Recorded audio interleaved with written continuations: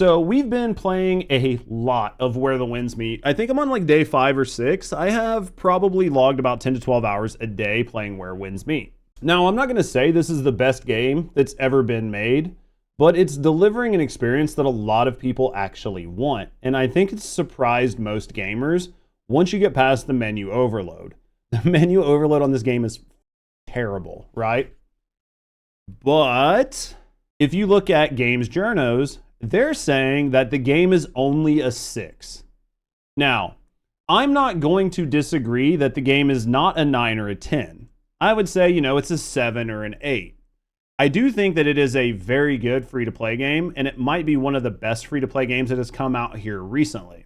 This score is not deserved, and the reason I say it's not deserved is because of IGN's own grading scale. IGN gave Concord a 7, and they're giving Where Winds Meet a 6. Now, I don't know what's actually caused this, but I do think some of it is it being a Chinese game and a Chinese company, and them not allowing games journalists the same level of access they get to Western games.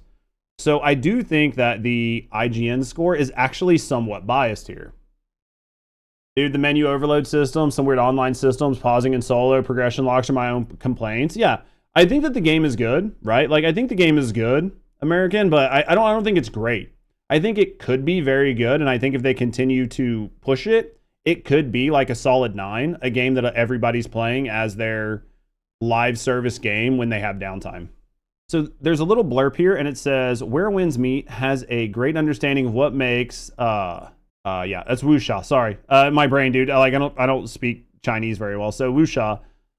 Such a compelling genre, but its attempt to shove as many different things into one game only ensures that none of those elements reach their full potential. Now, I'm not going to disagree on some of these facts. I do think that there are a lot of elements shoved in here, and they're trying to do as much as they can. And some of them are kind of disjointed, and they don't work well together. But I think that these reviewers did not get enough hands-on time. This is one of those games that is really good, but there is a big window you have to get past in order to not have the game suck. And most people are not going to really get past that right away. The game's the game's definitely memorizing menus for sure. So I can kind of understand some of what they're saying in their review. And if their score matched other scores that they had given, I would take it as a okay score. But again, the problem here is that they gave Concord a 7, right? So let's look at what Emerald Apple had to say. Critic reviews push an agenda unaligned with the interests of the average gamer. They rated the major blockbuster game Where the Winds Meet a 6, lower than Concord's 7. Concord never broke 700 concurrent players, while Where the Winds Meet kept hitting higher numbers from the word-of-the-mouth marketing, which is true. With a new record of 251K concurrent players, and I don't even know what that peaked at this weekend, which was insanely high. If developers trust critic reviews at this point, it's a surefire way to take your game and lose lots of money. I think that the developers trusting critics' reviews is kind of moot, because I don't think developers have ever trusted critics' reviews. I think they have paid for critics' reviews in hopes that those critic reviews would influence consumers to buy the product, right? I think if people only play through the initial tutorial and maybe to the temple with all the sparring, they'd have a bad impression of the game. Oh, I think so, and I think journalists don't play the games enough. And part of that is due to the system they're in, right? Journalists aren't given enough time to play games and give them a true shake. They play a very manicured version of the game, or they play a very small version of the game because it's all about churning out reviews as fast as possible. It's not right now about putting out high quality reviews and being very well trusted in the industry. They're competing in an industry where thousands of reviews come out every day from tons of independent sources, YouTubers, Twitchers, everybody like that. So they're just trying to speed through this stuff. And the thing that has allowed journalists to do that more than anything is the early access they're typically given to games. Because they're given so much early access, they can get the reviews out before everybody else. But the problem is the market is shifting in a way that even YouTubers and Twitch streamers can get early access to these games and put out reviews. So they're really at odds with it, and they're trying to do things super fast, and they're given a checklist. And right now, I think those checklists include things that are DEI items that nobody cares about. And they go down, they play the game for 10 hours, they clear the checklist, and then that's what gives them their score. Which is completely different than what happens to actual gamers. The only danger in trusting critics' reviews over publishers, developers are way too busy, yeah. Critics have never been worth listening to. I remember like Siskel and Ebert, they gave it 2 thumbs down. It meant it must be a must watch for you, dude. That's fucking lol. So, I mean, I'm kind of in the same boat here with Apple. So let's see what some of the commenters are saying here. Reviews are written by non-gamers. Sites have lost all credibility. I think everybody's saying this right now. I don't understand why people bother checking reviews from groups that have clearly been bought and are pushing an agenda. The best way to decide if you want to buy a game is to go to Twitch, watch people play it on mute, or go to YouTube and see if it's your cup of tea. I mean, this is one way to do it. I've never thought about watching people play it on mute to see if the gameplay looks interesting. I'm pretty sure ING reviewer didn't even play Where the Winds Meet properly. I mean, maybe. Even as Japanese, I admit I admire the quality of this game made by the Chinese. We all love better gaming. I mean, I think this is the important part, is to like stop doing this bullshit of because it didn't meet Western ideologies, it's instantly scored less, or because it didn't push some bullshit Western agenda, that it's automatically scored less. Again, I don't think this game is a 9 or a 10, but it should have at least tied Concord or maybe been an 8, right? The authors are different. Doesn't matter. Like, this is somebody that is trying to make a point, but the point here is less about the specific author of this being Travis and this being Jarrett, and more about these reviews are coming from the same org, right? If you're publishing under the same org, then everybody should have the same level of like accountability, and all reviews should be treated the same, even if they're not written by the same person. I personally think the game is still in the works and that they'll get better as time goes on, but right now I'd give it a solid 8. Yeah, I'd say it's like a 7 or 8.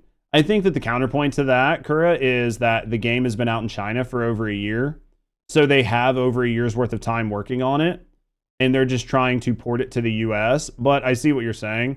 I'm not a big fan of giving people an infinite amount of time, but I am okay with giving them a little bit of time. And I think that we can give them a little bit of time, but in the current state of the game, it's not that bad. I just wish they get the menus under control. I don't think many players would have been flocking to such a low rating. I've always ignored these like game review companies. I get my info from actual gamers, Lamau. All right, so let's look at some related. Let's look at some post engagement here. All right, so let's see what everybody's saying here based on what Emerald says. About time we put an end to gaming journalists and put your trust only in content creators, the real gamers. I mean, as long as you understand that even these real gamers are getting paid, so like always, you know, take a grain of salt with everything.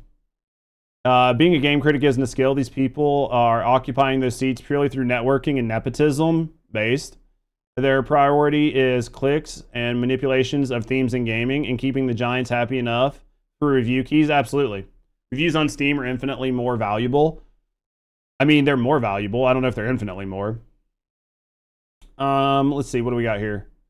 The only thing to keep in mind is to never listen to game journalists, especially with regards to any non-Western games. They've had it out for Japan for decades, and this is especially apparent with the recent like Chinese Korean-made games. You don't hate them enough. Damn. It's called an opinion. Yeah, and it's an opinion, and just like this is an opinion, this is an opinion. So you trying to be critical of this opinion and dismiss this opinion for having an opinion here somehow invalidates your entire opinion. They can have an opinion, and Emerald can have an opinion that this is a bad opinion and be critical of it and create a discussion about how this keeps happening, right? Because this isn't the first time it's happened. And IGN isn't the only games journalist site that is having this happen. What did they give Dragon Age Veilguard? Like an 8, I think. They gave Dragon Age the Veilguard a 9.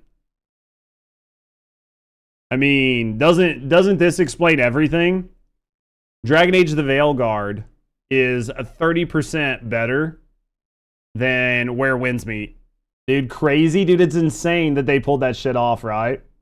Dragon Age is like an 8. I heard Dragon Age the Veilguard was another game that was like a 7-8. Like if you don't deal with like the politics bullshit, it's like an 8 if you've never played Skyrim or Oblivion. And if you've played a really good RPG, it's like a 7. That's basically what I've heard. I don't know, guys. I just wanted to touch on this. I wanted to touch on this, and I wanted to touch on just how off base some of Western journalists are when it comes to some of their scoring on games. It just feels so out of left field. I think IGN is maybe a 7, could be an 8, depending on how you want to look at it. So Where the Winds Meet being a 6 isn't that off base. But when they're putting out reviews like 7 for Concord and 9 for Dragon Age the Veilguard, you really have to start questioning where their priorities are and if they're actually giving reviews or if they're trying to review things based on social messaging and if it ticks all the boxes for the narratives that they want to push.